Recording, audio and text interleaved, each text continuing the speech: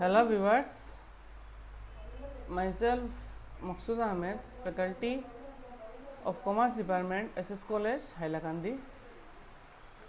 So in our last videos, we have learned about the meaning of management, nature and significance of management, and the process of management. As we all know, due to pandemic situation, AHSCC board has decreased the 30% of the syllabus due to pandemic. So the deleted syllabus of HS second year unit 1 business studies are management is an activity, the process and the group, and the level of management. In my last class, I have told that the management process of management. So this topic will be related permanently from current year. So today we will learn about the objective of management. So generally three objectives of management are there: organization objective, another is personal objective, and another is social objective. So what do you mean by organization objective? Organization objective means the main objective of the organization. We all know the business, everyone knows the primary objective of the business is to earn profit. Without earning profit, a business cannot be continued or run. So for running a good profit, the business have to work hard and satisfy the customer needs and wants for long interval of time. So reasonable profits it is very important for increasing the capital of the organization. So this is our first objective, organization objective. Second objective is survival and the solvency of the business, that is continuity. For running the organization, the survival part is very important. Without survival, the organization cannot run in the market for a long period of time, that is continuity. So survival करने के लिए क्या चाहिए? Profit चाहिए. Profit is directly related with survival. अगर अच्छा profit नहीं कमाएगा तो मार्केट में सर्वाइव नहीं कर पाएगा ऑर्गेनाइजेशन. इट मीन सर्वाइव नहीं कर पाएगा तो मार्केट में कंटिन्यूटी नहीं कर पाएगा. इतना पैसा इन्वेस्ट करके बिजनेस स्टार्ट किया है, लेकिन due to less amount of profit, due to less amount of return, business continue से नहीं चला सकता अगर प्रॉफिट कम हो जाएगा. Next objectives of management is the growth and expansion of the business.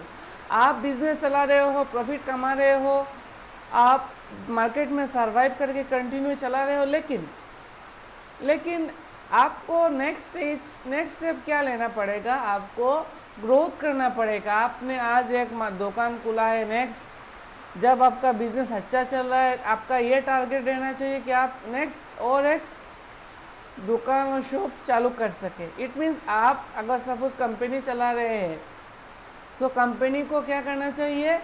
Expansion करना चाहिए. कंपनी को डिफाइंड ब्रांच खोलना चाहिए. आपको इंटरनेशनल मार्केट में जाना चाहिए. तो मेन रीज़न ये ग्रोथ कब होगा, एक्सपेंशन कब होगा? जब कंपनी अच्छा सा प्रॉफिट लोकल मार्केट से कमाएगा. समझ आ रहा है? नेक्स्ट, इम्प्रूविंग द गुडविल और reputation of the organization. Goodwill क्या है? गुडविल एक इंटेंजिबल एसेट्स है जो ऑर्गेनाइजेशन अपने मेहनत से कमाता है. We call as a self generated goodwill. तो जब भी ऑर्गेनाइजेशन मार्केट में अच्छी तरह ग्रोथ करेगा, सर्वाइव करेगा, प्रॉफिट ज़्यादा कमाएगा, तो ये क्यों कमाएगा? कस्टमर को सेटिस्फेक्शन करने के बाद ही मार्केट में गुडविल कमा सकता है. तो नेक्स्ट और एक ऑब्जेक्टिव है मैनेजमेंट का कि ऑर्गेनाइजेशन गुडविल मार्केट में जनरेट करना है और अपना रेपुटेशन मार्केट में बनाना है. Next we will learn our next objective is the personal objective. The personal objective generally means those person who working for the organization, their objective. Suppose employees are there, workers are there, why they work in the organization, what are their motive to work in the organization, all these are we call as a personal objective. Person means outsider of the organization. The person who work as a worker or employee, or all these persons are working in the top level management, middle level management and the lower level management. So why they are working in the organization, what are their objectives? So the first personal objective is a fair remuneration for work performed. जो organisation का worker organisation में काम कर रहा है उनको fair remuneration मिलना चाहिए. फेयर रिम्यूनरेशन का मतलब है जितना अमाउंट वो काम कर रहा है according to their work they have to take their salary और रिम्यूनरेशन और द वेजेस. जितना अमाउंट ऑफ काम कर रहा है उतना अमाउंट ऑफ उनका सैलरी और वेजेस और रिम्यूनरेशन उनको मिलना चाहिए. काम ज़्यादा कर रहा है तो ज़्यादा मिलना चाहिए, काम कम कर रहा है तो काम कम सैलरी ज़्यादा कम मिलना चाहिए. तो as per their work performed by the workers or the employee, they have to pay it. Okay. Next, the reasonable working condition. The reasonable working condition means the working place where the workers or the employees are working, the place must be a suitable place. The place must be a suitable place. जिस place में worker काम कर रहा है वो place अच्छा होना चाहिए, क्योंकि अगर वो प्लेस अच्छा नहीं होगा देन वो ऑर्गेनाइजेशन का वर्कर काम करने में सेटिस्फेक्शन उसको नहीं मिलेगा. सपोज दिल्ली में गर्मी का सीज़न है, हाँ टेम्परेचर 50 प्लस है. इस वर्किंग कंडीशन में अगर कोई वर्कर ऑर्गेनाइजेशन में काम कर रहा है और उस ऑर्गेनाइजेशन में फ़ैन भी नहीं है, कूलर भी नहीं है, एसी भी नहीं है, देन आप ही बताओ उस ऑर्गेनाइजेशन में वर्कर कैसा काम करेंगे. तो उसके लिए ऑर्गेनाइजेशन को अच्छी तरह काम करने के लिए उसको अच्छी वर्किंग कंडीशन मिलना चाहिए. अगर उसको अच्छी वर्किंग कंडीशन नहीं मिलेगा देन वो अच्छी तरह काम नहीं कर सकता है. So next personal objective management का है कि एम्प्लॉय को अच्छी वर्किंग कंडीशन देना चाहिए. Next, opportunity for training and development. Opportunity for training and development.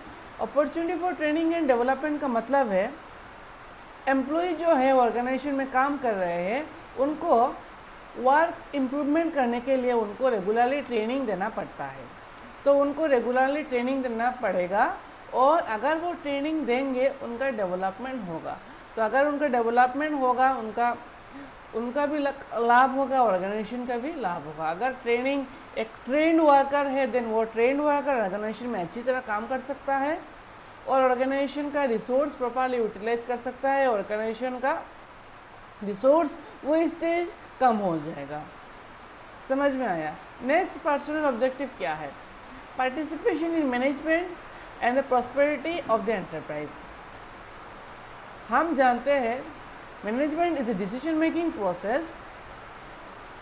वो डिसीजन मेकिंग प्रोसेस में generally top level management participate करते हैं, लेकिन अगर मैनेजमेंट का डिसीजन मेकिंग प्रोसेस में अगर मिडिल लेवल मैनेजमेंट और लोअर लेवल मैनेजमेंट भी पार्टिसिपेट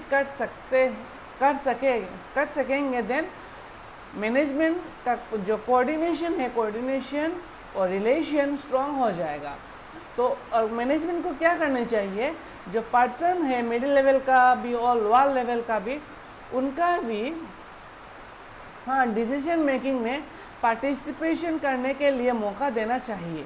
अगर ऑर्गेनाइजेशन मौका देगा देन उनका भी अच्छा डिसीजन ऑर्गेनाइजेशन के लिए काम आ सकता है. समझ में आया. Next, reasonable security of the service. हम लोगों का लाइफ में सिक्योरिटी रहना बहुत ज़रूरी है. Without security, a worker or the employee or a person cannot work ऐसे अच्छी तरह काम नहीं कर सकता है. सपोज मान लो आप कई जगह पर नौकरी करते हो और अगर नौकरी जिस जगह पर आप करते हो उस जगह में आप सिक्योर फील नहीं करते हो. आपको ऐसा लगता है कि कल जो ऑर्गेनाइजेशन का मालिक है वो मुझे निकाल देगा. आप जब ये सोच के दिमाग में रख के काम करेंगे देन आपको क्या होगा, आप अच्छी तरह काम नहीं कर सकते हो क्योंकि आपका एक डर है. उस डर आपको काम अच्छी तरह नहीं करने देगा. सो इसीलिए वर्कर को कहीं भी समय ऐसा फील नहीं होना चाहिए कि बॉस जो है बॉस उनको वर्कर्स काम से निकाल देगा. सो वर्कर को सिक्योरिटी मिलना पड़ेगा. सिक्योरिटी मिलना का मतलब है उनको परमानेंट या लॉन्ग टाइम तक एक कॉन्ट्रैक्ट बनाना पड़ेगा पर्सन के साथ कि आप इतना साल तक काम कर सकते हो और आप लाइफ टाइम तक काम कर सकते हो. अगर ऐसा होगा देन ऑर्गेनाइजेशन का जो वर्कर है वो अपने जॉब पे सिक्योर फील करेगा. I hope you have understood the organization objective and personal objective. Our next objective is the social objective. The social, what do you mean by social objective? Then we can see organization तो market में run कर रहा है, owner का भी benefit हो रहा है, पर्सनल का भी बेनिफिट हो रहा है. पर्सन में जो पर्सन ऑर्गेनाइजेशन में काम कर रहा है. नेक्स्ट बेनिफिट मिलना चाहिए जो ऑर्गेनाइजेशन का सोसाइटी है, जो जिस सोसाइटी में ऑर्गेनाइजेशन काम कर रहा है. अगर तो सोशल ऑब्जेक्टिव क्या क्या है, quality of goods and service return reasonable price to consumers. जो भी सामान ऑर्गेनाइजेशन मार्केट में सेल कर रहा है वो सामान क्वालिटी वाला होना चाहिए और रीजनेबल प्राइस में मार्केट में अवेलेबल होना चाहिए. अगर रीजनेबल प्राइस से ऑर्गेनाइजेशन प्रोवाइड नहीं कर सकता है अपने कस्टमर को, कंज्यूमर्स को सामान, देन ऑर्गेनाइजेशन का कस्टमर अच्छा फील नहीं करेंगे. वो क्या करेंगे, उस ऑर्गेनाइजेशन को प्रोडक्ट छोड़ के एक दूसरे ऑर्गेनाइजेशन का प्रोडक्ट को अपना लेंगे. नेक्स्ट क्या है, honest and prompt payment of taxes to the government. Honest and prompt it means जो ऑर्गेनाइजेशन काम कर रहा है वो ऑर्गेनाइजेशन टैक्स चोरी नहीं करेगा और जब भी टैक्स ड्यू हो जाएगा गवर्नमेंट को जल्दी पेमेंट कर देगा. Prompt means quick payment of taxes to the government. जब भी टैक्स हो जाएगा, टैक्स ड्यू हो जाएगा, गवर्नमेंट को ऑनेस्टली पे कर देगा. नेक्स्ट है conservation of employment and natural resources. हम अभी देख रहे हैं कि इन मॉडर्न ऑर्गेनाइजेशन एनवायरनमेंट का पोल्यूशन बहुत करते हैं. तो इसीलिए ऑर्गेनाइजेशन को एनवायरनमेंट को ज़्यादा वेस्टेज नहीं करना है, एनवायरनमेंट को कंजर्व करके रखना है और नेचुरल रिसोर्स जो है नेचुरल रिसोर्सेज को भी ज़्यादा वेस्ट नहीं करना है. ठीक है. Next fair dealing with suppliers, dealer and the competitors. और अपना जो डीलर्स है, डीलर से फेयर डीलिंग करना है, सप्लायर जो भी है सप्लायर से फेयर डीलिंग करना है और अपने कॉम्पिटिटर्स को भी साथ भी अच्छा बिहेवियर करना है. So all these are the social objective of organization. और एक ऑब्जेक्टिव इधर नहीं लिखा है लेकिन मैं बता रहा हूँ कि एम्प्लॉयमेंट जनरेट करना, एम्प्लॉयमेंट जनरेशन करना. एम्प्लॉयमेंट ज़्यादा से ज़्यादा जनरेट करना चाहिए. अगर एम्प्लॉयमेंट जनरेट नहीं करेगा देन ऑर्गेनाइजेशन का लोग बेनिफिट नहीं मिलेगा. सो और एक सोशल ऑब्जेक्टिव है कि generation of employment. So I hope all this objectives are right now clear to you. अगर आपका कोई भी टॉपिक क्लियर नहीं है सो आप मुझे SMS कर सकते हैं. मेरा नंबर है, व्हाट्सएप नंबर है 8638548724. कोई भी स्टूडेंट का अगर कोई भी दिक्कत है then you can call me. Okay, that's for all for today. Thank you so much.